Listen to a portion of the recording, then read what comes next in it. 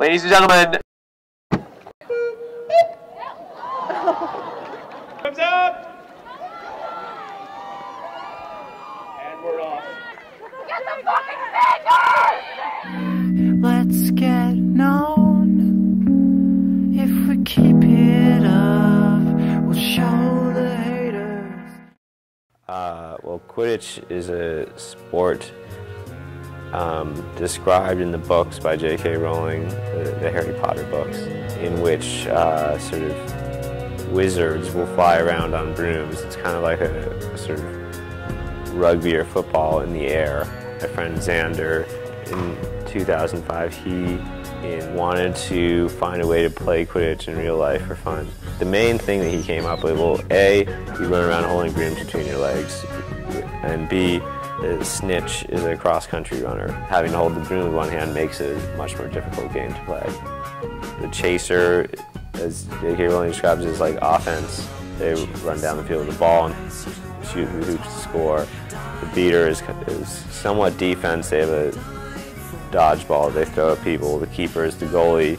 The seeker is the one who chases the snitch. The snitch is a cross-country runner with a little ball and a sock hanging out the back of his shorts. It's kind of like capture the flag, like flag football in a way. You have the dodgeball aspect.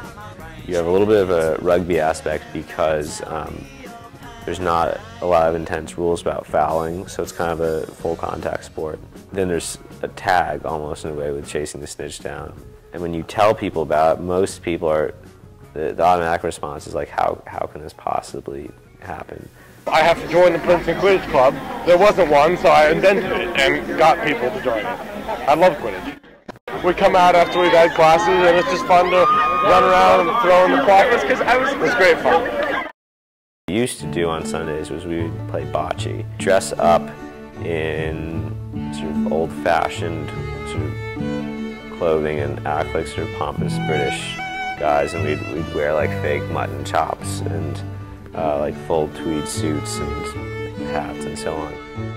Well, I grew up in a brownstone on the Upper West Side. When I was a really little kid, well, my parents never let me have video games or computer games. Like, I didn't get internet until I was like 15 years old, and I really had to fight for it. When I was really little, I had a ton of action figures and toys. I had a lot of toys, and I really liked building blocks. Like, been exposed to a lot of sports that I'd never ever like touched in New York City. I like being outdoors, but I'm not an outdoorsy person. There's some people who are like take things very seriously and are very uptight. There's definitely a bubble atmosphere to it. Sometimes it drives you crazy. People would be strolling by on Sunday, a little hungover, like going to breakfast or going to the library, and kind of they'd stop and look and be like, whoa, these kids are doing something sort of different. Quidditch is very much the same spirit. Quidditch reminds you to shoot hoops, not each other. Doing something that's very out of the ordinary. It's this desire to just not lead a normal life. Massive 10. We came here and we came to win. And we wanted to be here at the origin. 100 years from now, when Quidditch stadiums around the world are filled with hundreds of thousands of people, you will say it started here when Chestnut Hill College beat Princeton. It happened, folks. It's the truth. They try so hard. Like, it's not like a nuclear sport. Like, people are really going all out.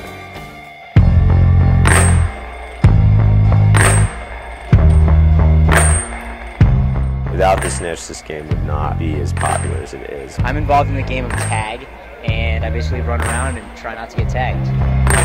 I'm not a ladies' man, I'm a landmine, filming my own fake death. Under an 88 Cavalier, It's just so ridiculous that you can hardly take it seriously. nothing but the rear bumper's blown, but I was born for this flight, United 955. Middlebury certainly looks quite sharp.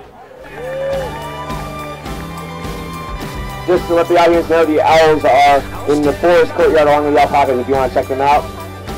Oh, the alpacas are on this side. And I saw it as something that really reduced people in a wonderful way to a very childlike state. Not childish, but childlike. Because there's this aspect of foolishness to it, because you feel foolish while you're doing it, but you're okay with feeling foolish. That's an important aspect, I think, of the appeal of the game. British bocce soon morphed into a muggle original of J.K. Rowling's wizard creation, Miss Quidditch. I'd like to present all 1.75 leaders of the trophy to the Middlebury College Quidditch team.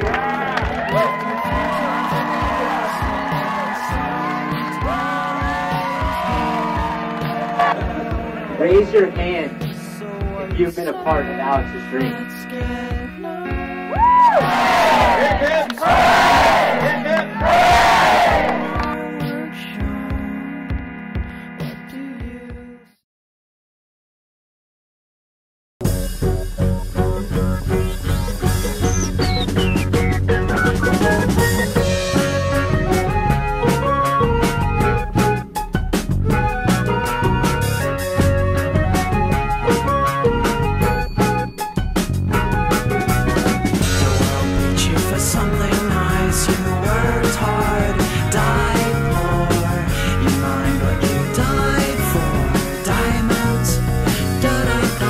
Oh my God!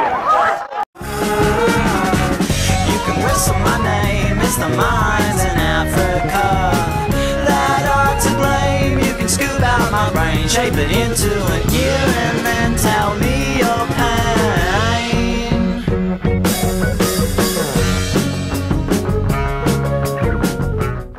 Awkward. This is awkward.